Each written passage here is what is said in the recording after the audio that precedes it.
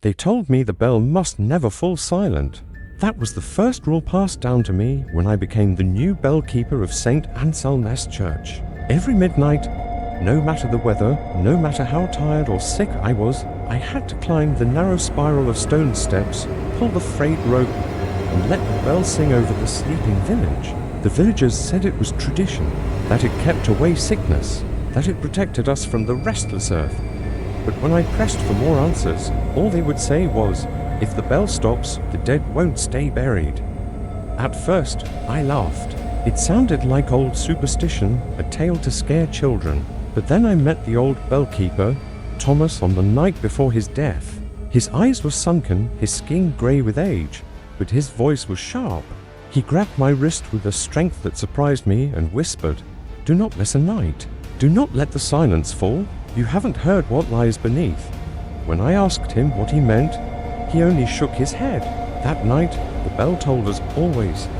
The next morning, Thomas was found cold in his bed, his mouth stretched open as if he had died screaming, and so the duty became mine. The first nights were easy enough.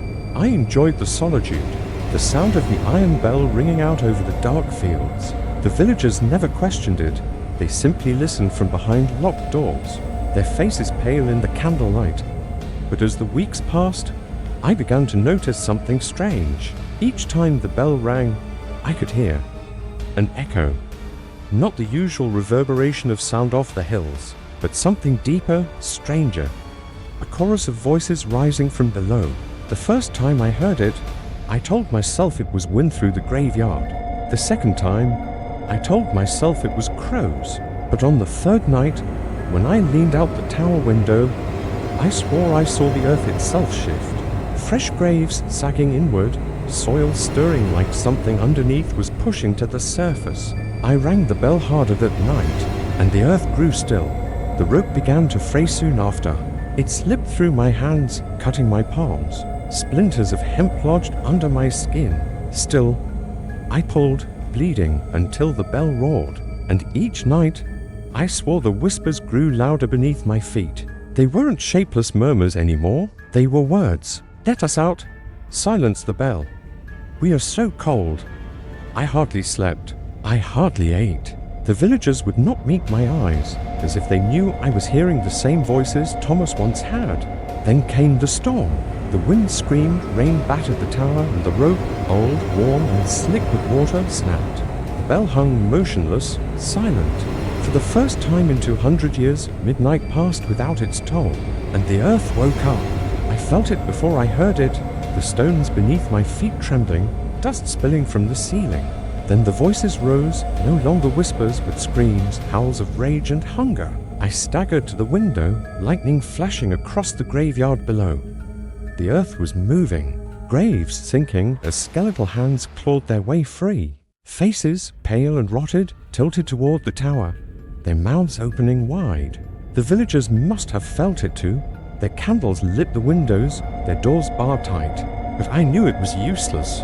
The bell had kept them imprisoned, and I had failed. Desperate, I scrambled back up the stairs, searching for any way to make the bell ring again. I tried tying the broken rope. I tried pushing the bell with my shoulders. It wouldn't move. And then I heard it. Not from below, from behind me. "Do you hear them?" a voice whispered. I spun. The old bellkeeper, Thomas, stood there in the shadows of the stairwell, his face grey, his lips trembling. His eyes were empty pits, black and endless. They never forgive. He croaked, "You cannot let them out." His hand reached for me, but before he could touch me, the tower shook with a sound so loud it pierced my bones. The shriek of 1,000 dead voices tearing their way through the night. The graves burst open. I don't know what happened next. I woke at dawn, sprawled on the floor of the tower. The rope was whole again, hanging fresh and strong, as if it had never snapped. The bell stood silent. Below, the graveyard was untouched, the soil smooth, the grass wet with dew. No signs of clawing hands, no broken earth. But I know what I saw, what I heard. And when midnight comes again tonight, I'll climb those steps. I'll ring the bell until my hands bleed. Because if I don't, they'll come. For me first, and then they'll come for everyone.